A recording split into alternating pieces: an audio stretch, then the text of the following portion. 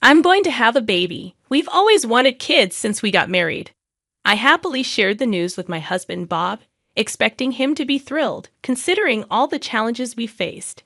But his reaction caught me off guard. It felt like I had been pushed off a cliff. My name is Catherine, and I'm 40 years old. Bob confessed his feelings to me, and we got married when I was 30. I'd always dreamed of having a happy family, surrounded by a loving husband and smiling children. Despite my serious nature, I hesitated to get into a relationship, and before I knew it, my 20s were almost over, making me increasingly anxious. Both my sisters were already married, adding to the pressure. When Bob confessed, I quickly responded, and we started dating. We worked together, and since I knew Bob's personality from our interactions, I felt positive about him. Despite only dating for a year, I was drawn to his cheerful and easygoing nature, something I lacked. Believing we could complement each other well, we decided to tie the knot. I'm usually overly optimistic. I think we need someone serious like you, Catherine. I believe with you, we could lead a stable life and make a great couple. Hearing these words from Bob meant a lot to me, as I had always been a bit self-conscious about my serious nature. While we weren't head over heels in love, I could confidently say there was love between us, and I believed we could have a happy married life. After getting married, we both had jobs. Being in our 30s, we decided it was time to think about having children. Since we held senior positions, our salaries were quite high. We had our hearts set on having 2 children and eagerly looked forward to the day they would become part of our lives. Until then, we committed to working hard to secure a good future for our family. However, even after 2 years of marriage, I wasn't pregnant. In the first year, we shrugged off the disappointment, reminding ourselves that having a child is a blessing that can't be rushed. "We've only been married for a year. Let's not hurry things," Bob would joke, lifting my spirits whenever I felt down. So at that time, I believed it would happen soon and looked forward to it without anxiety. However, as the second year passed, the reality that I still wasn't pregnant began to weigh on us. Bob, too, became somber, expecting that by now, we would naturally have a child. Our shared anxieties led to disagreements, and heated arguments became a part of our routine. Considering our age, the fact that we hadn't conceived yet was concerning. Bob suggested we get checked out at a hospital once we cooled off from our argument. I agreed, thinking it was a practical approach. Both of us underwent tests, and fortunately, there were no health issues, easing my worries about potential fertility problems. The doctor suggested it was simply a matter of timing, so we continued our efforts, diligently following any advice given. Despite our efforts, tensions increased, and arguments became more frequent. Our home, once envisioned as a happy, smile-filled place, now had minimal interaction. However, I refused to give up, believing that once we had a child, the life I had imagined would become a reality. Finally, after 10 years of marriage, I discovered I was pregnant. While my sisters had already started their families, and I had been envious for a long time, now I too was expecting. The moment I heard the test results, overwhelmed with joy and the realization of a long-held dream, I broke down in tears for an extended period. The inability to conceive had been a source of sadness, but now I felt an overwhelming sense of happiness. Though we initially wanted 2 children, at this point, I was content with just one, as long as the baby was born healthy. That was all that mattered as I lovingly caressed my belly, wishing for a healthy child. After leaving the hospital, brimming with happiness, I couldn't resist grinning as I immediately called Bob to share the news. However, it appeared he was at work and abruptly ended the call, seeming a bit curt. I felt a twinge of guilt for calling during work hours and realized my excitement got the better of me, so I decided to wait and tell him about the pregnancy when he got home and had a chance to settle down. "I had a checkup today and learned I'm pregnant. We're finally going to have a baby." I intended to deliver the news calmly, but my happiness overflowed, and I excitedly shared it with him. After a decade of wanting a child, and now being pregnant, I expected him to be thrilled. However, his reaction didn't align with my expectations. "Really? At our age?" He seemed irritated, adding, "Do you even realize how old you are? You're 40, right? There are risks with having a child at this age." The doctor had mentioned this, but I was assured that with proper precautions, everything would be fine. True, having my first child at an older age presented challenges, but I was prepared for it. I had made up my mind to have this baby. Upon expressing my feelings, my husband only appeared more upset, saying, "Raising a kid at 40, and we don't even know if the baby will be born without any health issues. It might have disabilities." He believed that with advanced maternal age, only children with problems are born, and he didn't want to deal with caregiving. He argued that he wants care in his old age, but doesn't want to be burdened with taking care of a child with special needs. It felt like he saw our child as merely a convenient tool. "It's your child too, you know? How can you say such things after all we've been through? We're finally blessed. Aren't you happy?" I retorted in frustration, expressing my commitment to cherish our child, disabilities or not. In his anger, he blamed me for the delayed pregnancy and even threw out the suggestion of divorce. "That's it. Let's get a divorce." Initially, I struggled to comprehend my husband's words and instinctively asked him to repeat it. Why would such a comment follow the joyful news of my pregnancy? What did he mean? He then proceeded to express his dissatisfaction with our life together. Now at 40, he felt the pregnancy was overdue. My constant seriousness, which he once thought suitable for marriage, now seemed like a mistake. My husband's harsh words hurt, but some of them strangely resonated with me. Over the past decade, I had noticed issues with his character despite being initially drawn to his cheerful nature. I had planned to overlook these flaws and continue our life together, but now it seemed impossible. He tended to take things lightly, and his cheerfulness had turned into frivolousness. Quarrels over various matters, not just the child, had cooled our marital relationship. I sensed a misalignment in our values, and this incident solidified my realization. I wanted a child, so I endured our differences, but now I think it's enough. I'd rather not have a father who doesn't cherish his child. When he insisted on the divorce, I agreed. A week after confirming the pregnancy, our divorce was finalized. During this process, my husband demanded alimony, claiming I had wasted 10 years of his life. Legally, there was no reason to pay him. In fact, I countered that if anything, I should receive alimony. He seemed to abandon that idea, but then he refused to pay child support. Initially, I wanted him to contribute for the sake of the child, but his stubbornness made it challenging. Frustrated and wanting a quick separation, I decided to seek child support under the condition that he would have no contact with the child. In terms of our assets, since we both worked and split monthly expenses evenly, and we rented our home, there was no property division. This allowed me to take all of my savings without any dispute. Knowing that he had spent a significant amount on his hobbies, keeping the savings private was crucial. Although I never disclosed the exact amount, he agreed to forego property division swiftly. I had been prudent with my savings, providing me with a sense of security that they would last about 5 years, even if I couldn't work post-divorce. Packing my belongings, I promptly returned to my parents' home in Nebraska, where both were in their 80s but in good health. They warmly welcomed me back, expressing joy about my pregnancy. Despite the disappointment from my ex-husband, witnessing my parents' happiness finally brought me relief. I was determined to ensure the safety and well-being of my child. My son was born without complications, alleviating my concerns about giving birth at an older age.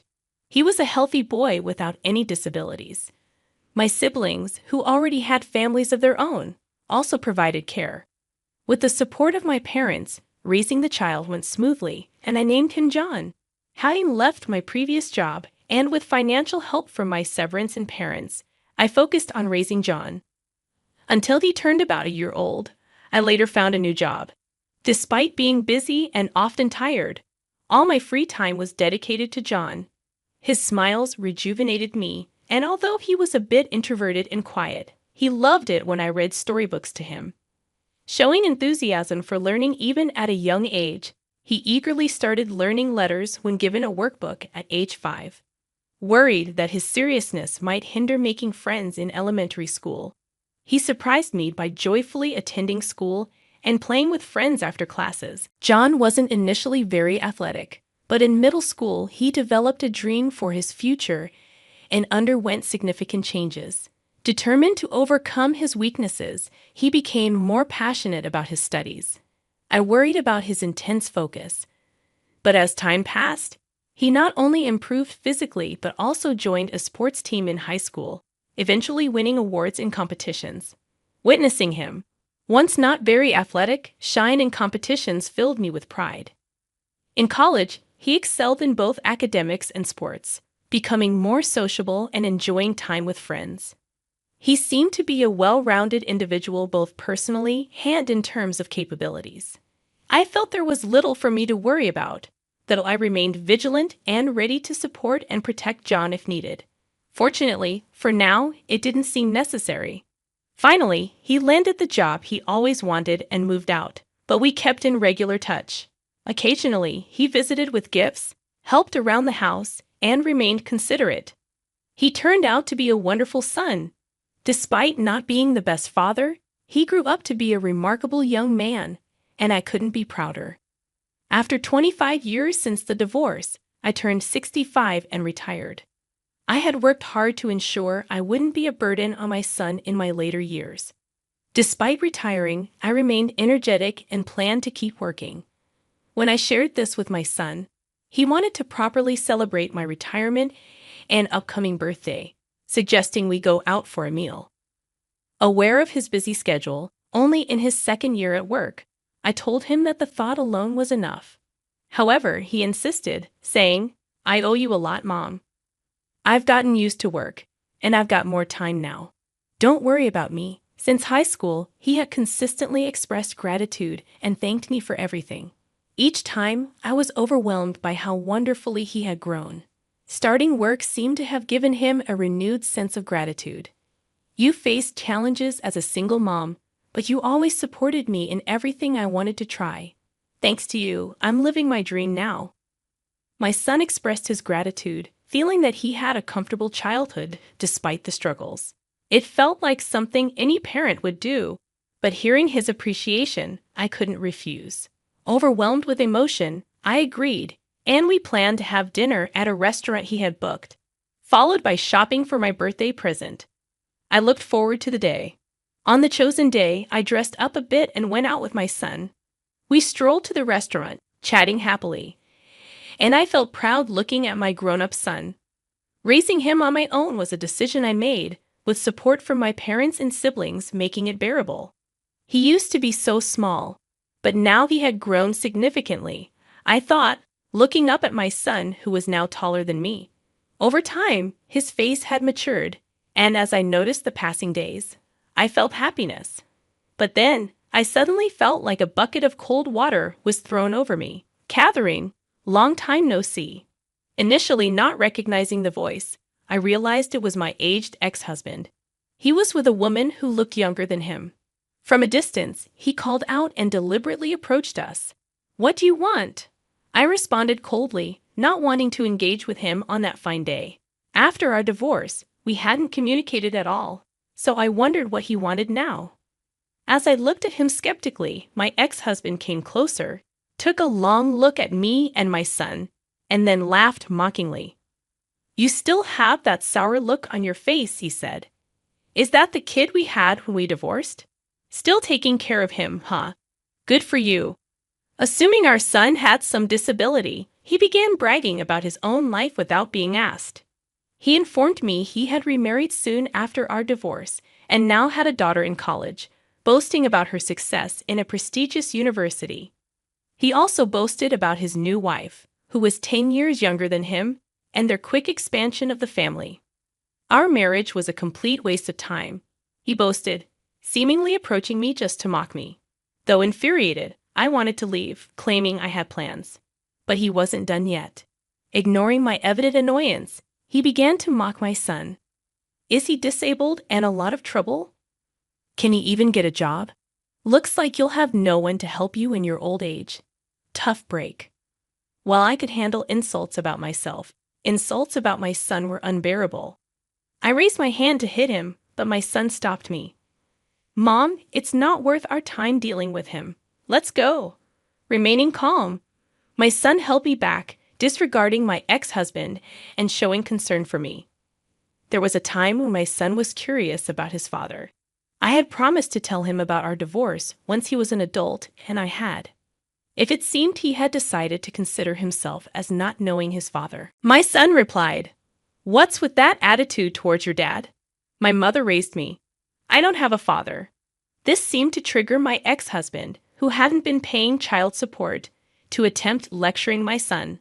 Unfazed, my son looked at him coldly and retorted, "Are you unemployed? You really are a fool, just like you look." My ex-husband responded with mocking laughter. Remaining composed, my son calmly stated, "I work as a diplomat." When he mentioned the prestigious university he attended, my ex-husband looked shocked. It was a well-known and challenging institution, recognized for its prestige. Becoming a diplomat requires significant education and a good character, making it a demanding profession to pursue. This is why my son aimed for prestigious universities, providing a better chance of achieving his goal. My ex-husband clearly hadn't anticipated this revelation, and disbelief twisted his face. Witnessing my calm son and my stunned ex-husband, I finally felt at peace. It reassured me that divorcing him had been the right decision. I was certain that if I had stayed with him for the sake of our son, it would have negatively impacted our son's upbringing.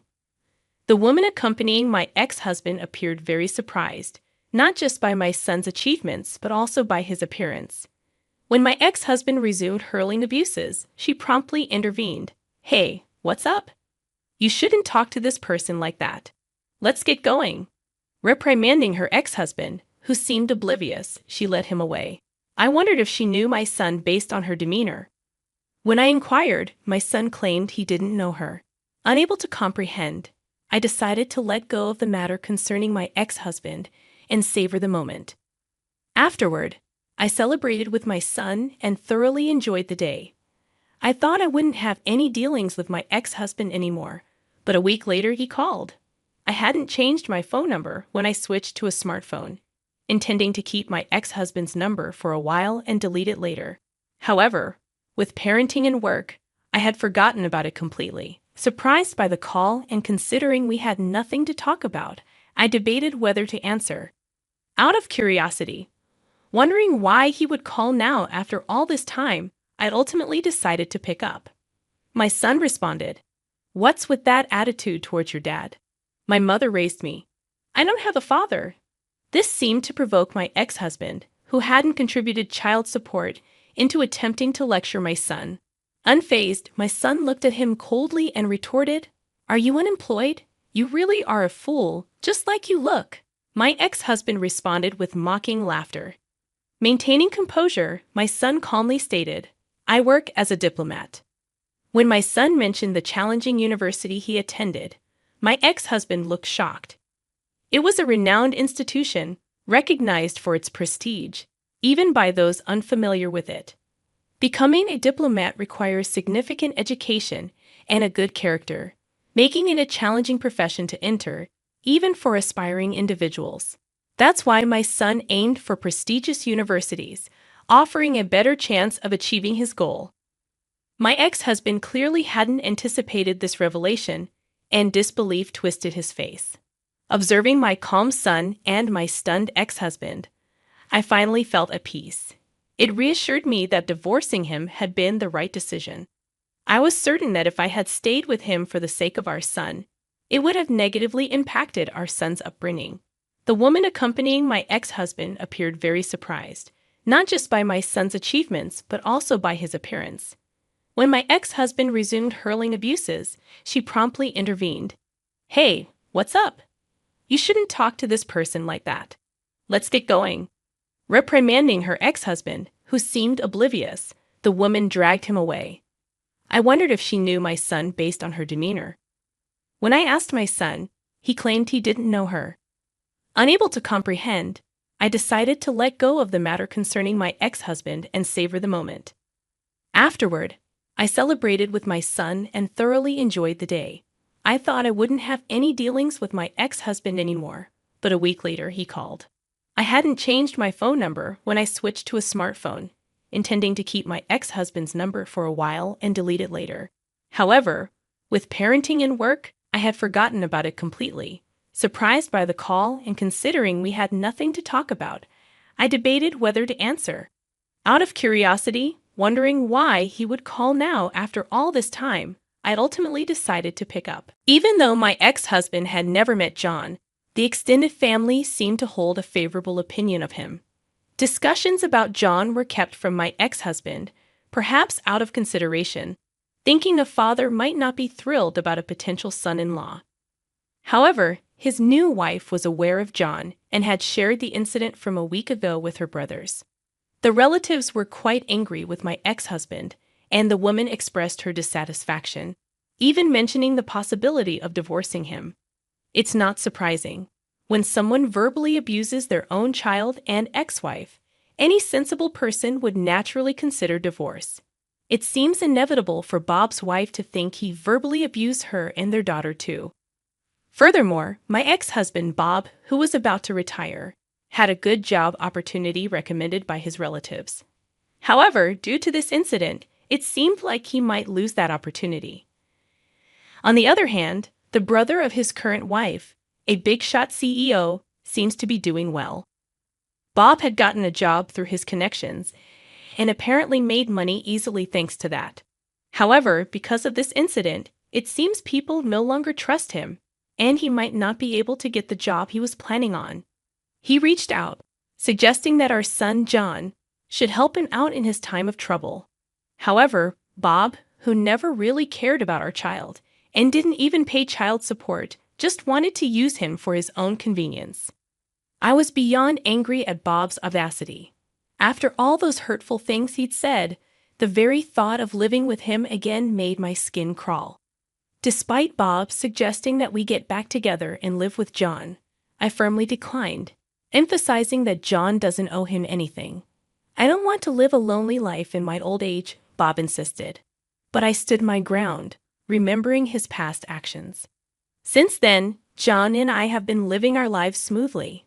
When I mentioned Bob's call to John, he told me that his relationship with his boss was still good. John was surprised to find out just how much his boss wanted him as a son-in-law. As for Bob, he has been kicked out by his second wife and is now struggling. Despite his desire for a lively retirement, he seems to be living a tough life alone, jobless, and with little savings. I had stopped caring about Bob, but remembering the things he did in the past, it felt like karma. As for me, life isn't exactly as I pictured when I married Bob, but I can say I'm truly happy now. Nowadays, I'm careful about my health so I don't become a burden to John, who's working hard. I enjoy my peaceful life living alone and look forward to the day John introduces me to my future daughter-in-law, and I get to meet my grandkids. Every day, I live my life happily and energetically.